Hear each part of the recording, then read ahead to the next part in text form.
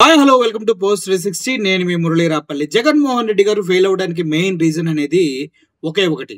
తను చేసిన మంచి పనుల్ని ప్రజల్లోకి తీసుకెళ్లలేకపోవడం, విపరీతంగా డబ్బులు ఖర్చు పెట్టి చంద్రబాబు నాయుడు గారి లాగా పేపర్ యాడ్లు ప్రకటనలు ఇచ్చి సోషల్ మీడియాలో పేడ్ ప్రమోషన్ చేయించలేకపోవడమే జగన్మోహన్ రెడ్డి గారి వైఫల్యానికి కారణం అంటూ చాలా మంది మాట్లాడుతూ ఉంటారు. అంతేకాదు గతంలో సోషల్ మీడియా పైన అంత మంచి అభిప్రాయం లేదు జగన్మోహన్ రెడ్డి గారికి. సోషల్ మీడియాని చాలా చిన్న చూపు చూసేవారంటూ తెలుస్తూ ఉంది. అయితే ఓవరాల్ గా ఇప్పుడు జగన్మోహన్ రెడ్డి గారు గ్రామ స్థాయిలో ఏం చేశారు, డిస్ట్రిక్ట్ స్థాయిలో ఎటువంటి అభివృద్ధి కార్యక్రమాలు చేశారు, అండ్ వెల్ఫేర్ సంబంధించి ఎటువంటి కొత్త పథకాలు తీసుకొచ్చారు, ఇవన్నిటిని ప్రజల్లోకి తీసుకెళ్లే ప్రయత్నంగా వైఎస్ఆర్సీపీ తన వంతు ప్రయత్నం తీవ్ర స్థాయిలో చేయబోతుందంటూ విశ్వసనీయ వర్గాల నుంచి పూర్తి సమాచారం అయితే క్లియర్ గా అందుతూ ఉంది.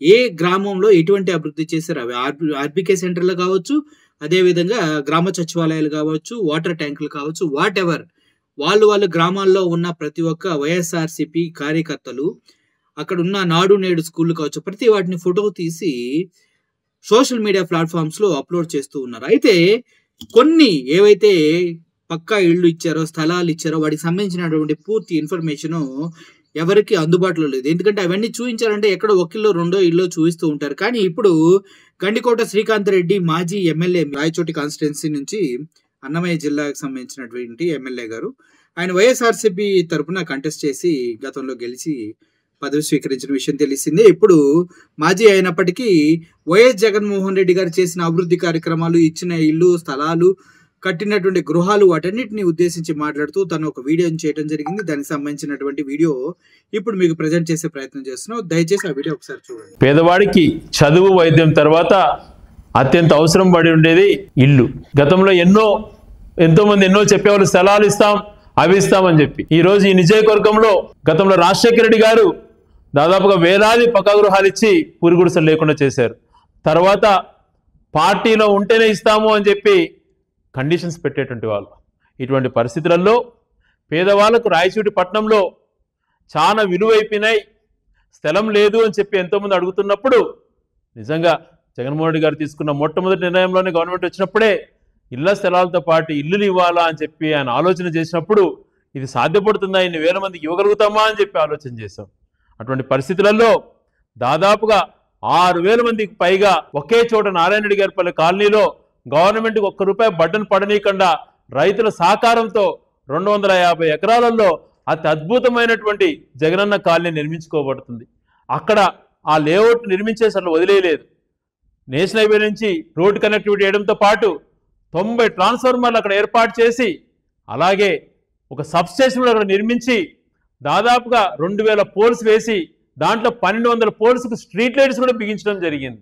ఇలాగా కొన్ని వందల కోట్లు అక్కడ ఖర్చు పెట్టడం జరిగింది.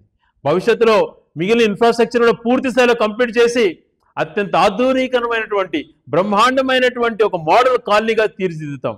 ఈరోజు వెలిగల్లూరు 600 కాలనీలో ఎలాగ నిర్మించామో కాలనీ, అంతకంటే బాగా 40 ఫీట్ రోడ్స్తో అన్ని చోట్ల బ్రహ్మాండమైనటువంటి ఒక కాలనీగా మెయిన్ రోడ్డు, సైడ్ రోడ్స్ కూడా అతి అద్భుతంగా ప్లాన్డ్గా చేయడం జరిగింది.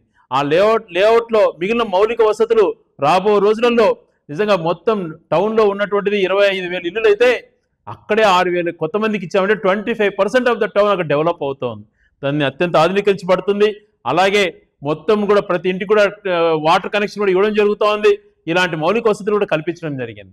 అలాగే పట్టణానికి ఆనుకొని ఉన్నటువంటి చనుమకపల్లెలో కూడా దాదాపుగా 1,000 మందికి ఉపయోగపడే విధంగా కాలనీ ఏర్పాటు చేయడం జరిగింది. పెమ్మాడపల్లి గ్రామంలో 100 మందికి ఇవ్వడం అయితేనేమి, సిబ్బాల గ్రామంలో 400 మందికి కాలనీ ఏర్పాటు చేయడం అయితేనేమి, అలాగే వరిగ గ్రామానికి సంబంధించి 100,000 మందికి కాలనీ ఏర్పాటు చేయడం అయితేనేమి, మాధవరం గ్రామానికి అయితేనేమి, ఎండపల్లె గ్రామానికి అయితేనేమి, ఇలాగా తీసుకుంటే గాలివీడు టౌన్లో కూడా గురాలమెట్టు దగ్గర వెలుగుల ప్రాజెక్టు దగ్గర బ్రహ్మాండమైన కాలనీని ఏర్పాటు చేసుకొని దాదాపుగా 93 కాలనీలు కొత్తగా రాయచోటికి వచ్చి ఈరోజు 20,000 పక్కా గృహాలు మనం మంజూరు చేయించుకొని రాయచోటి నియోజకవర్గంలో స్టేట్లోనే టాప్ 5లో మనం ఉన్నాము నిర్మించే విషయంలో అన్నటువంటి దానిపైన గర్వపడుతున్నా.